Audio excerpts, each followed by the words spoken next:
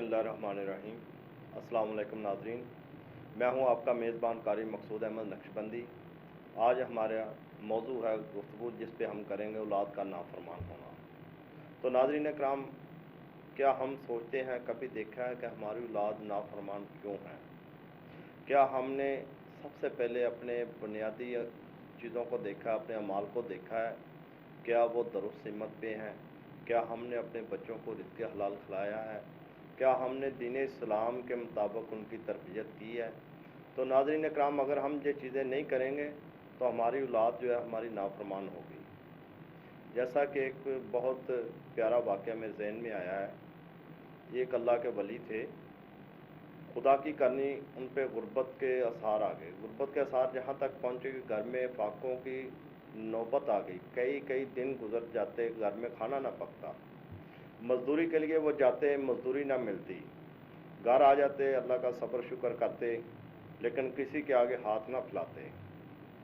लेकिन फाकों की नौबत, आपको पता है कि जब इंसान भूखा होता है तो किस हद तक चला जाता है। लेकिन वो अल्लाह के नेक बरगुज़ीदा बंदे थे। ऐसा मामला कोई नहीं किया जो अल्लाह की नाफरमानी के मुताबिक हो। उनकी एक नौजवान खूबसूरत बेटी थी। वो कहने लगी, बापू अब्बा जान आज काम पे मैं जाऊंगी, आप नहीं जाएंगे।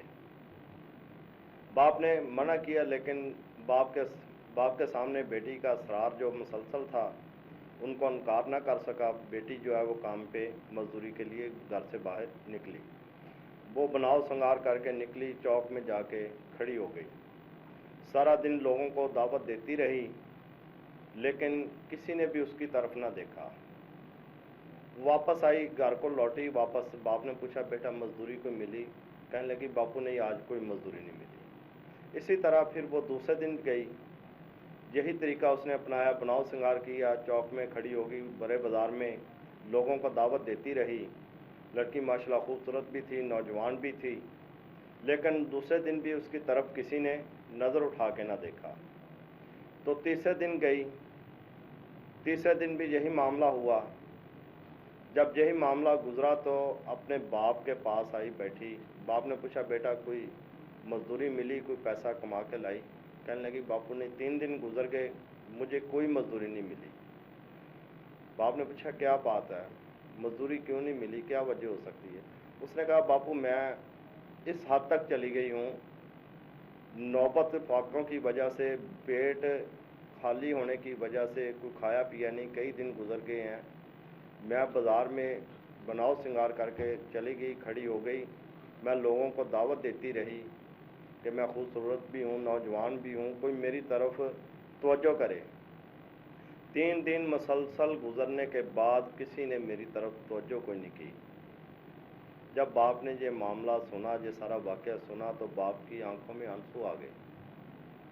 बाप से पूछने लगी, बापू क्या हुआ? बेटी ने पूछा, क्या हुआ बापू? बाप कहने लगा, बेटा नहीं, कोई बात नहीं है, नहीं बताएं। बाप ने कहा, पहली तो बात यह है कि अल्लाह का शुक्र है कि अल्लाह रब्बुल इज़्ज़त ने मेरी इज़्ज़त महफूज रखी। दूसरी बात यह है कि मैंने आज तक अपनी औलाद को रिज़्क़ हलाल खिलाया है, हराम का एक लुक़मा तक नहीं दिया। तो अल्लाह पाक ने इसके बदले में मुझे ये अजर दिया कि मेरी बेटी की इज़्ज़त जो है वो महफूज रखी। तो नाज़रीन कराम, देखें ये रिज़्क़ हलाल की कितनी बरक़ात, फ्यूज़ व बरक़ात हैं। सुभान अल्लाह, क्या हम इन चीज़ों पे अमल करते हैं? अगर रिज़्क़ हलाल खाने से, अपनी औलाद को कमाने से, खिलाने से इसकी बरकत इतनी है, तो अगर हम दूसरे मामलात भी इसी तरह अल्लाह और अल्लाह के रसूल के बताए हुए असूलों के मुताबिक करें, तो मेरा नहीं ख्याल कि अल्लाह पाक हमें किसी चीज़ की कमी दे, या औलाद नाफरमान हो, या दूसरे मामलात कोई ऐसे गुजरें।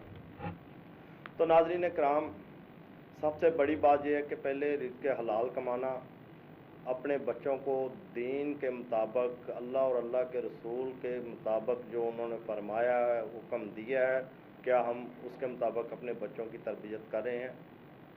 अगर उसके बाद भी कोई नाफरमान है तो फिर देखें क्या वजह है, क्या मामलात हो सकते हैं।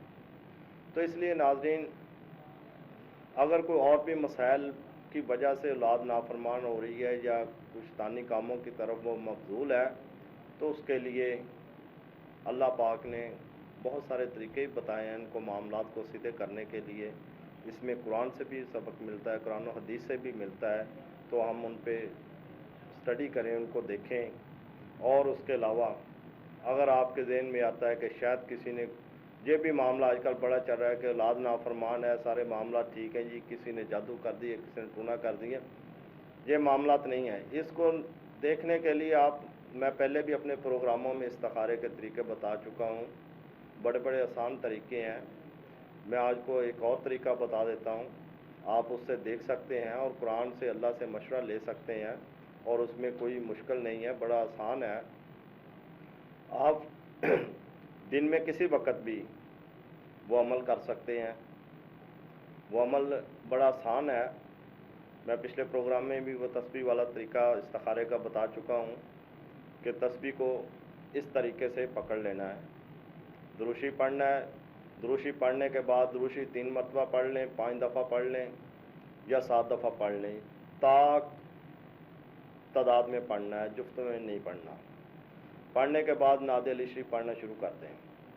اگر تو تسبیح اس طرح ہل رہی ہے، خود بخود تسبیح جو ہے نا ہلنا شروع ہو جائے گی جب آپ نعت علی شریف پڑھیں گے۔ اگر یہ آگے پیچھے کو ہلے گی تو یہ جواب جو ہے نا ہاں میں آئے گا، اگر اس سائڈ پہ ہلنا شروع ہوگی تو وہ نا میں جواب آئے گا۔ تو بڑا آسان طریقہ ہے استخارے کا کہ آپ فوری جو ہے نا اس کا اللہ رب العزت سے مشورہ جو ہے نا آپ کو مل جاتا ہے۔ تو ناظرین کرام، اگر کوئی مزید سمجھ نہیں آ رہی یا کوئی معاملات ہم سے ڈسکس کرنا چاہتے ہیں، مشورہ لینا چاہتے ہیں، تو اسکرین پہ میرے نمبر چل رہے ہیں، آپ ہمارے ساتھ رابطہ کر سکتے ہیں۔ تو اگلے پروگرام تک کے لیے قاری مقصود احمد نقشبندی کو اجازت دیجیے۔ اللہ حافظ۔